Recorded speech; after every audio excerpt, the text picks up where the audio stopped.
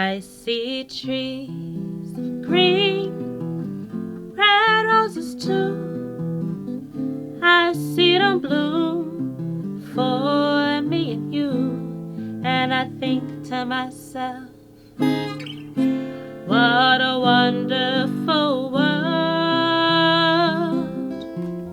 Knowing my heritage from Nigeria and living here helps me to navigate the world as a first-gen Nigerian American, just having a sense of duality and enjoying the beauty from both cultures. The giftedness, the culture on both sides has contributed to my entire being and how I navigate the world. Being Black means to me being resilient, having joy, and a sense of warmth. The Black voice is relevant and needed today in several ways, being that the history of Black people in this country is very prominent. The entire history of American history includes Black history. Black people as a whole have contributed to the music in this country and worldwide in beautiful, excellent ways. So as a person who does struggle with stuttering, music is very freeing for me. I don't have to think about stuttering if I'm singing. Unless I'm singing, I feel like I don't have to think about it. But when I'm not singing, I'm very self-conscious about speaking. So singing definitely takes me out of that concern and worry about, oh, I'm stuttering or what my voice sounds like. As history shows, we have taken the lead in our culture when it comes to music, to fashion, to arts, you name it.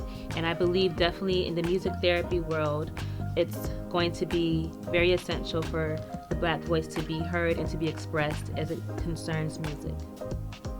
Our uniqueness, our harmonies, our tones, our depth, everything that we contribute to music is beautiful and often emulated in several different other cultures.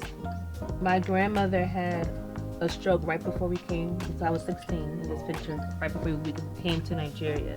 And so the first time we went to see her in the infirmary, we were just singing like in our native dialect, the different gospel songs.